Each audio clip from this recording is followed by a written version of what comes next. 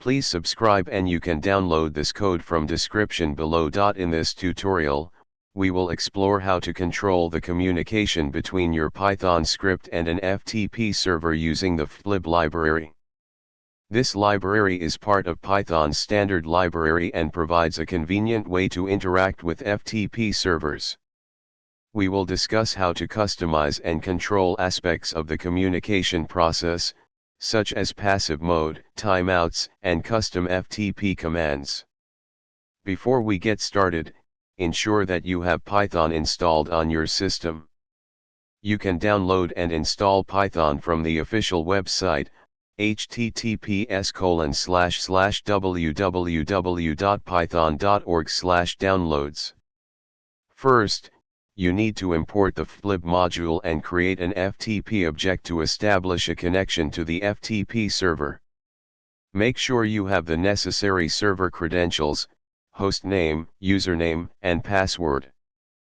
Passive mode is used for data transfers in FTP, and it can be controlled using the set_passive method. By default, ftplib uses passive mode.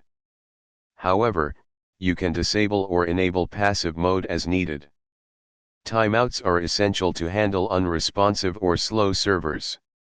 You can set the timeout for various operations using the timeout parameter when creating the FTP object.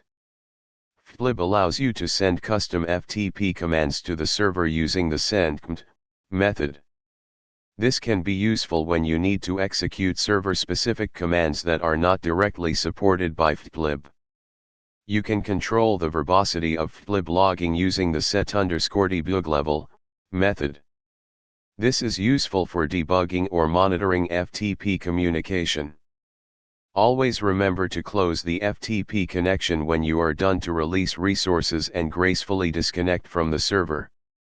In this tutorial, we explored how to control and customize the communication between your Python script and an FTP server using the ftplib library.